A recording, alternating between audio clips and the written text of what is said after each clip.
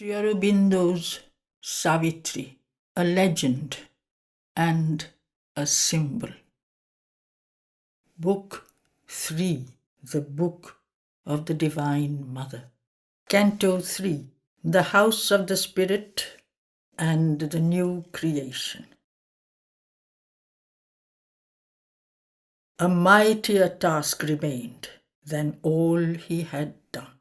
To that he turned, from which all being comes, a sign attending from the secrecy, which knows the truth, ungrasped behind our thoughts, and guards the world with its all-seeing gaze. In the unapproachable stillness of his soul, intense, one-pointed, monumental, lone, patient he sat, like an incarnate hope, motionless on a pedestal of prayer. A strength he sought that was not yet on earth, help from a power too great for mortal will, the light of a truth now only seen afar, a sanction from his high omnipotent source. But from the appalling heights there stooped no voice. The timeless lids were closed, no opening came. A neutral, helpless void oppressed the years. In the texture of our bound humanity, he felt the stark resistance, huge and dumb, of our inconscient and unseeing base, the stubborn, mute rejection in life's depths, the ignorant no in the origin of things. A veiled collaboration with the night even in himself survived and hid from his view. Still something in his earthly being kept its kinship with the inconscient whence it came.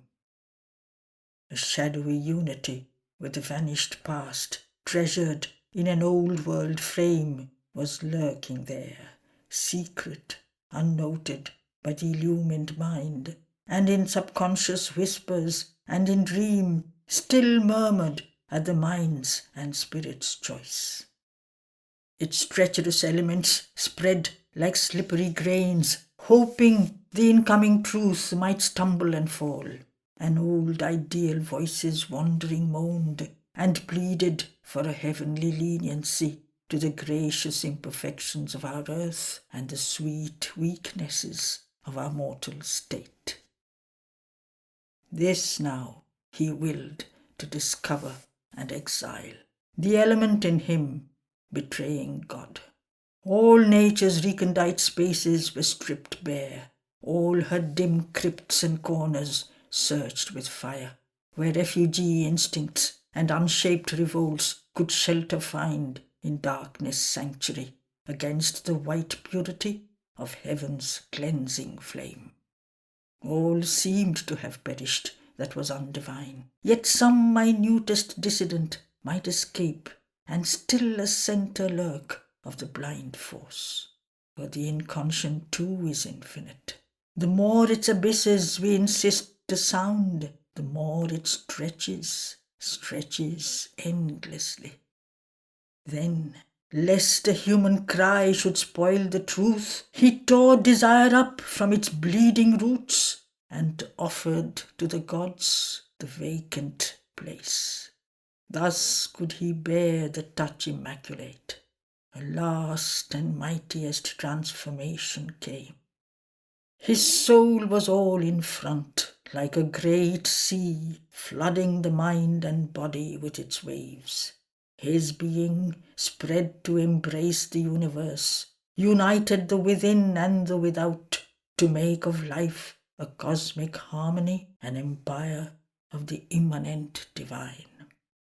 In this tremendous universality, not only his soul, nature and mind sense included every soul and mind in his, but even the life of flesh and nerve was changed, and grew one flesh and nerve with all that lives. He felt the joy of others as his joy. He bore the grief of others as his grief. His universal sympathy upbore, immense like ocean, the creation's load, as earth upbears all beings' sacrifice, thrilled with a hidden transcendence, joy and peace. There was no more division's endless scroll. One grew the Spirit's secret unity. All nature felt again the single bliss. There was no cleavage between soul and soul. There was no barrier between world and God. Overpowered were form and memory's limiting line. The covering mind was seized and torn apart. It was dissolved, and now no more could be. The one consciousness that made the world was seen. All now was luminosity and force. Abolished in its last thin fainting trace, the circle of the little self was gone. The separate being could no more be felt. It disappeared and knew itself no more, lost in the Spirit's wide identity. His nature grew a movement of the all, exploring itself to find that all was He. His soul was a delegation of the all that turned from itself to join the one supreme. Transcended was the human formula. Man's heart that had obscured the inviolable assumed the mighty beating of a god's. His seeking mind seized in the truth that knows. His life was a flow of the universal life. He stood fulfilled on the world's highest line, awaiting the ascent beyond the world, awaiting the descent the world to save. A splendour and a symbol wrapped the earth. Serene epiphanies looked and hallowed vasts surrounded. Wise infinitudes were close, and bright remotenesses leaned near and kin. Sense failed in that tremendous lucency. Ephemeral voices from his hearing fell, and thought, potent no more, sank large and pale like a tired god into mysterious seas. The robes of mortal thinking were cast down, leaving his knowledge bare to absolute sight. Fate's driving ceased, and nature's sleepless purr. The athlete heavings of the will were stilled in the omnipotent's unmoving peace. Life in his members lay down vast and mute, naked, unwalled, unterrified. It bore the immense regard of immortality. The last movement died, and all at once grew still. A weight that was the unseen transcendence hand laid on his limbs, the Spirit's measureless seal. Infinity swallowed him into shoreless trance. As one who sets his sail towards mysteried shores, driven through huge oceans by the breath of God, the fathomless below, the unknown around, his soul abandoned the blind star-field space. Afar from all that makes the measured world, plunging to hidden eternities, it withdrew back from mind's foaming surface to the vasts voiceless within us in omniscient sleep. Above the imperfect reach of word and thought, beyond the sight that seeks support of form, lost in deep tracts of superconscient light, or voyaging in blank featureless nothingness, soul in the trackless incommensurable, or past not self and selflessness, transgressing the dream shores of conscious mind, he reached at last his sempiternal base.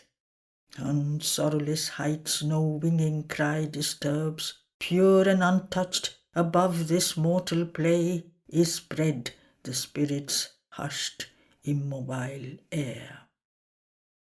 There no beginning is, and there no end. There is the stable force of all that moves. There the aeonic labourer is at rest. There turns no keyed creation in the void, no giant mechanism watched by a soul.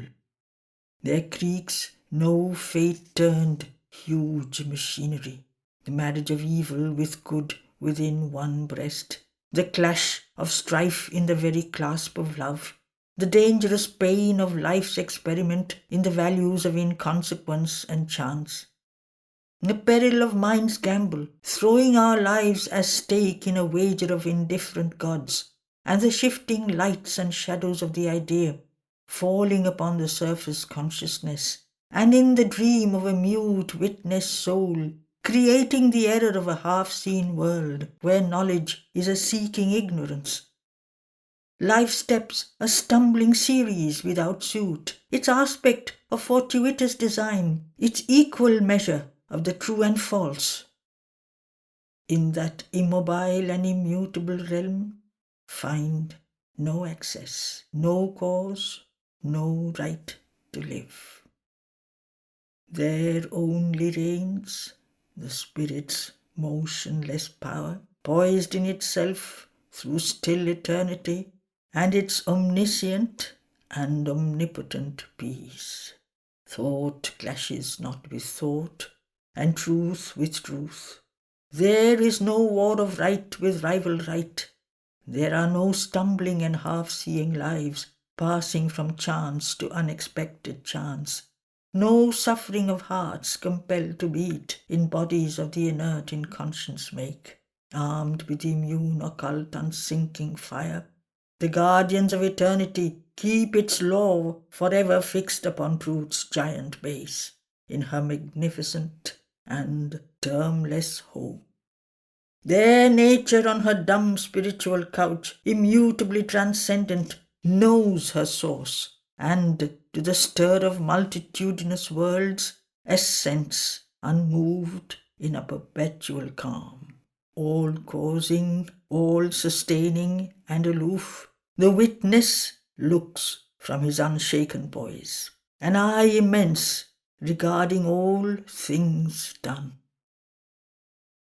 Apart, at peace, above creation's stir, immersed in the eternal altitudes, he abode, defended in his shoreless self, companioned only by the all-seeing One. A mind too mighty to be bound by thought, a life too boundless for the play in space, a soul without borders, unconvinced of time. He felt the extinction of the world's long pain. He became the unborn self that never dies. He joined the sessions of infinity. On the cosmic murmur, primal loneliness fell. Annulled was the contact formed with time-born things. Empty grew nature's wide community. All things were brought back to their formless seed. The world was silent for a cyclic hour. Although the afflicted nature he had left maintained beneath him her broad, numberless fields, her enormous act, receding, failed remote, as if a soulless dream at last had ceased. No voice came down from the high silences. None answered from her desolate solitudes. A stillness of cessation reigned, the wide immortal hush before the gods are born. A universal force awaited, mute, the veiled transcendence' ultimate decree.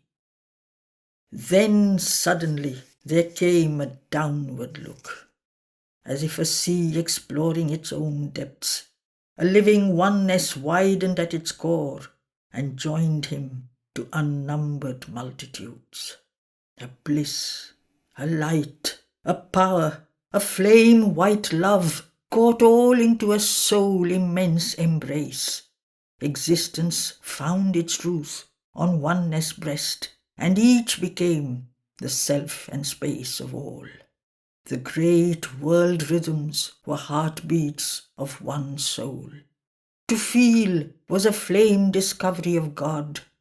All mind was a single harp of many strings, all life a song of many meeting lives. For worlds were many, but the self was one. This knowledge now was made a cosmos seed. This seed was cased in the safety of the light. It needed not a sheath of ignorance. Then, from the trance of that tremendous clasp, and from the throbbings of that single heart, and from the naked spirit's victory, a new and marvelous creation rose. Incalculable outflowing infinitudes, laughing out an unmeasured happiness, lived their innumerable unity. World where the being is unbound and wide, bodied unthinkably the egoless self. Rapture of beatific energies joined time to the timeless, poles of a single joy. White vasts were seen, where all is wrapped in all. There were no contraries, no sundered parts. All by spiritual links were joined to all and bound indissolubly to the one. Each was unique, but took all lives as his own, and following out these tones of the infinite, recognized in himself the universe. A splendid centre of infinity's whirl, pushed to its zenith height, its last expanse, felt the divinity of its own self-bliss repeated in its numberless other selves. It took up tirelessly into its scope persons and figures of the impersonal, as if prolonging in a ceaseless count, in a rapturous multiplication sum, the recurring decimals of eternity. None was apart. None lived for himself alone. Each lived for God in him and God in all. Each soulness inexpressibly held the whole. Their oneness was not tied to monotone. It showed 1,000 aspects of itself. Its calm, immutable stability, upbore on a changeless ground forever safe, compelled to a spontaneous servitude, the ever-changing incalculable steps, the seeming reckless dance's subtle plan of immense world forces in their perfect play.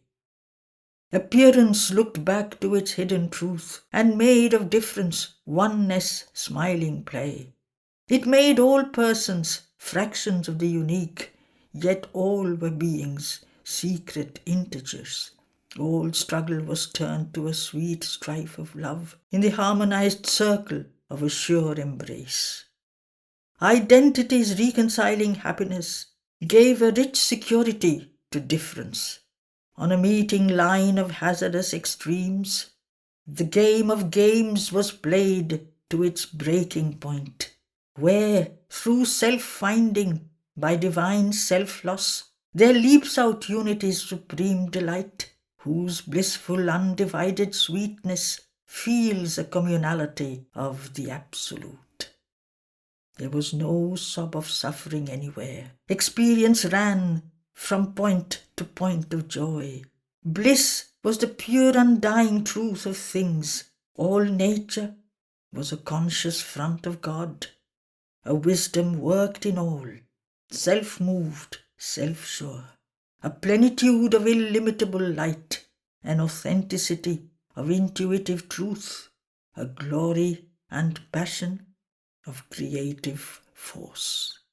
Infallible, leaping from eternity, the moment's thought inspired the passing act. A word, a laughter sprang from silence breast, a rhythm of beauty in the calm of space, a knowledge in the fathomless heart of time. All turned to all, without reserves recoil. A single ecstasy, without a break. Love was a close and thrilled identity in the throbbing heart of all that luminous life. A universal vision that unites, a sympathy of nerve replying to nerve. Hearing that listens to thoughts in a sound and follows the rhythmic meanings of the heart. A touch that needs not hands to feel, to clasp, were there the native means of consciousness, and heightened the intimacy of soul with soul. A grand orchestra of spiritual powers, a diapason of soul interchange, harmonized a oneness deep, immeasurable. In these new worlds projected, he became a portion of the universal gaze, a station of the all-inhabiting light, a ripple on a single sea of peace. His mind answered to countless communing minds. His words were syllables of the cosmos' speech, his life a field of the vast cosmic stir. He felt the footsteps of a million wills moving in unison to a single goal. A stream ever newborn that never dies, caught in its thousandfold current's ravishing flow, with eddies of immortal sweetness thrilled.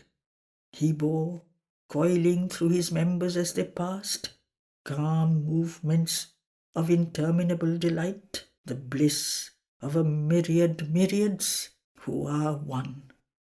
In this vast outbreak of perfection's law, imposing its fixity on the flux of things, he saw a hierarchy of lucent planes enfeoffed to this highest kingdom of God's state, attuning to one truth their own right rule, each housed the gladness of a bright degree, alone in beauty, perfect in self-kind, an image cast by one deep truth's absolute, married to all in happy difference.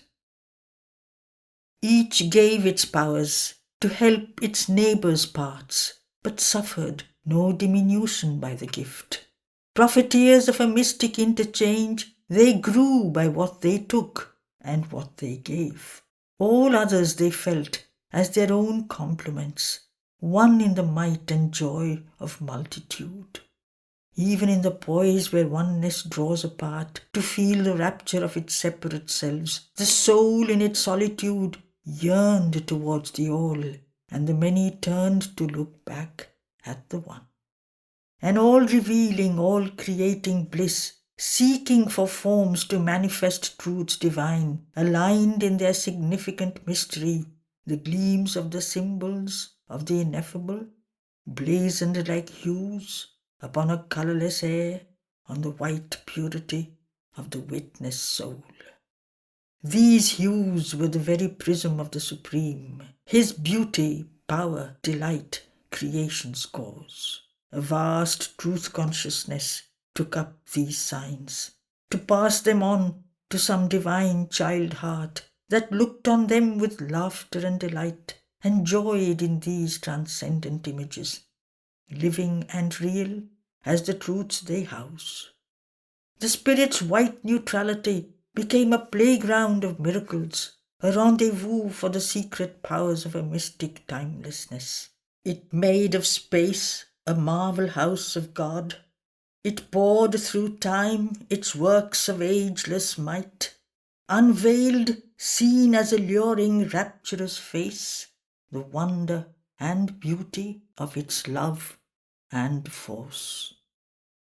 The eternal goddess moved in her cosmic house, sporting with God as a mother with her child. To him, the universe was her bosom of love. His toys were the immortal verities. All here self-lost had there its divine place. The powers that here betray our hearts and err were there sovereign in truth, perfect in joy, masters in a creation without flaw, possessors of their own infinitude. There, mind, a splendid sun of vision's rays, shaped substance by the glory of its thoughts, and moved amidst the grandeur of its dreams. Imagination's great ensorceling rod summoned the unknown and gave to it a home, outspread luxuriantly in golden air truth's iris-coloured wings of fantasy, or sang to the intuitive heart of joy wonder's dream notes that bring the real close. Its power that makes the unknowable near and true, in the temple of the ideal shrined the one.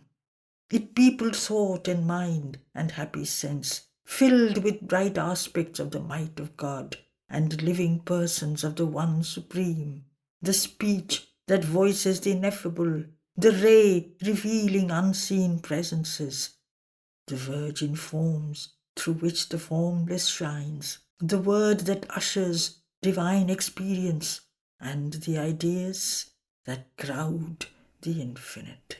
There was no gulf between the thought and fact. Ever they replied, like bird to calling bird. The will obeyed the thought, the act the will. There was a harmony woven twixt soul and soul, a marriage with eternity divinized time. Their life pursued, unwearied of her sport, joy in her heart and laughter on her lips, the bright adventure of God's game of chance. In her ingenious ardour of caprice, in her transfiguring mirth, she mapped on time a fascinating puzzle of events, lured at each turn by new vicissitudes to self-discovery that could never cease. Ever she framed stark bonds for the will to break, brought new creations for the thought surprise, and passionate ventures for the heart to dare, where truth recurred with an unexpected face, or else repeated old familiar joy like the return of a delightful rhyme. At hide and seek on a mother wisdom's breast, an artist teeming with her world idea, she never could exhaust its numberless thoughts and vast adventure into thinking shapes and trial and lure of a new living's dreams, untired of sameness and untired of change. Endlessly she unrolled her moving act, a mystery drama of divine delight, a living poem of world ecstasy, a kakemono of significant forms, a coiled perspective of developing scenes, a brilliant chase of self-revealing shapes, an ardent hunt of soul looking for soul, a seeking and a finding as of God's. Their matter is the spirit's firm density, an artistry of glad outwardness of self, treasure house of lasting images, where sense can build a world of pure delight. The home of a perpetual happiness, it lodged the hours as in a pleasant inn. The senses there were outlets of the soul. Even the youngest child thought of the mind incarnated some touch of highest things. Their substance was a resonant harp of self, a net for the constant lightnings of the spirit, a magnet power of love's intensity, whose yearning throb and adoration's cry drew God's approaches close, sweet, wonderful. Its solidity was a mass of heavenly make. Its fixity and sweet permanence of charm made a bright pedestal for felicity. Its bodies, woven by a divine sense, prolonged the nearness of soul's clasp with soul. Its warm play of external sight and touch reflected the glow and thrill of the heart's joy. Mind's climbing brilliant thoughts, the spirit's bliss, life's rapture kept forever its flame and cry. All that now passes lived immortal there, in the proud beauty and fine harmony of matter plastic to spiritual light. Its ordered hours proclaimed the eternal law. Vision reposed on a safety of deathless forms. Time was eternity's transparent robe. an architect hewing out self's living rock, phenomenon built reality's summer house on the beaches of the sea of infinity. Against this glory of spiritual states, their parallels and yet their opposites, floated and swayed, eclipsed and shadow-like, as if a doubt made substance, flickering, pale, this other scheme, two vast negations found. A world that knows not its inhabiting self, labours to find its cause and need to be. A spirit, ignorant of the world it made, obscured by matter, travestied by life, struggles to emerge, to be free, to know and reign.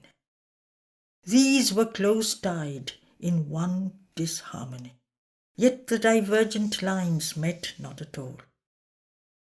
Three powers governed its irrational course. In the beginning, an unknowing force. In the middle, an embodied striving soul. In its end, a silent spirit denying life. A dull and infelicitous interlude unrolls its dubious truth to a questioning mind, compelled by the ignorant power to play its part and to record her inconclusive tale. The mystery of her inconscient plan and the riddle of a being born from night by a marriage of necessity with chance. This darkness hides our nobler destiny. A chrysalis of a great and glorious truth, it stifles the winged marvel in its sheath, lest from the prison of matter it escape, and wasting its beauty on the formless vast, merged into the unknowable's mystery, leave unfulfilled the world's miraculous fate. As yet thought only some high spirit's dream, or a vexed illusion in man's toiling mind, a new creation from the old shall rise, a knowledge inarticulate find speech. Beauty suppressed burst into paradise bloom, pleasure and pain dive into absolute bliss.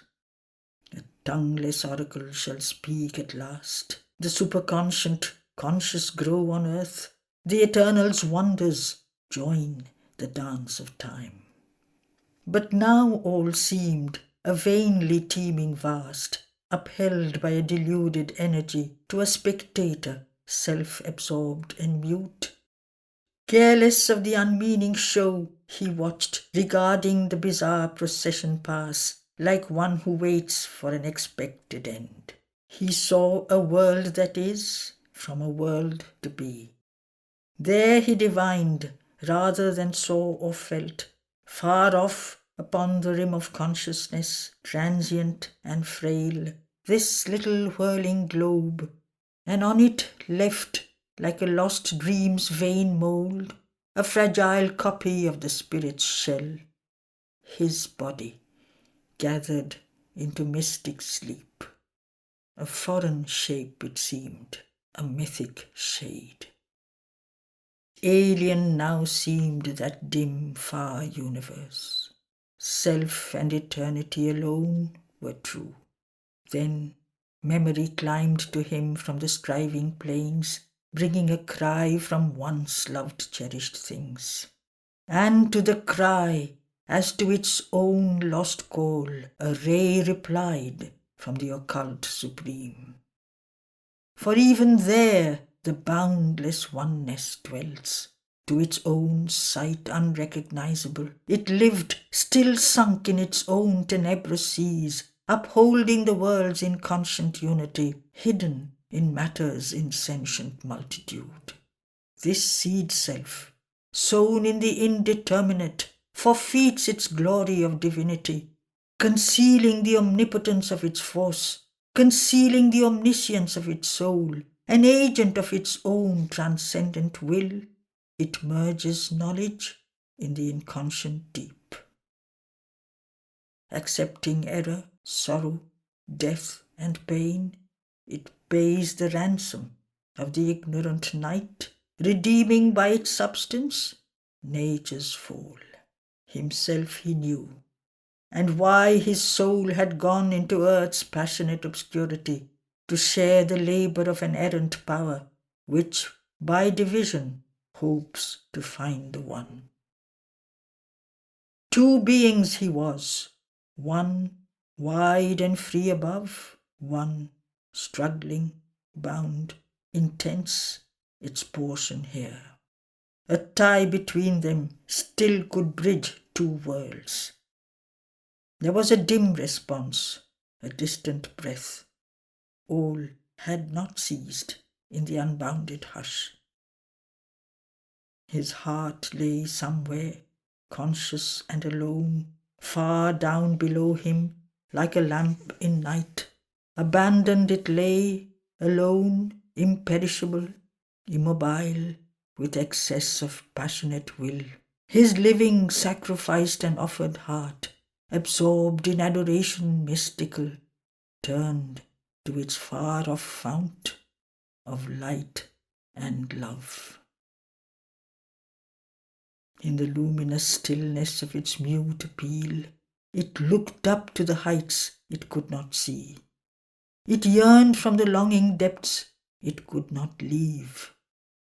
In the centre of his vast and fateful trance, halfway between his free and fallen selves, interceding twixt God's day and the mortal's night, accepting worship as its single law, accepting bliss as the sole cause of things, refusing the austere joy which none can share, refusing the calm that lives for calm alone. To her it turned, for whom it willed to be.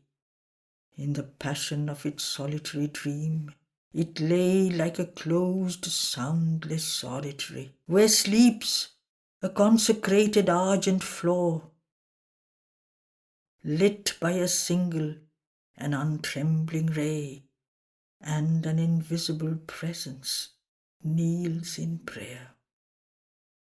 On some deep breast of liberating peace, all else was satisfied with quietude. This only knew there was a truth beyond. All other parts were dumb in scented sleep, consenting to the slow, deliberate power which tolerates the world's error and its grief, consenting to the cosmic long delay, timelessly waiting through the patient years. Her coming they had asked for earth and men. This was the fiery point that called her now. Extinction could not quench that lonely fire. Its seeing filled the blank of mind and will. Thought dead, its changeless force abode and grew, armed with the intuition of a bliss to which some moved tranquillity was the key. It persevered through life's huge emptiness amid the blank denials of the world. It sent its voiceless prayer to the unknown. It listened for the footsteps of its hopes, returning through the void immensities. It waited for the fiat of the word that comes through the still self from the Supreme. End of Canto 3.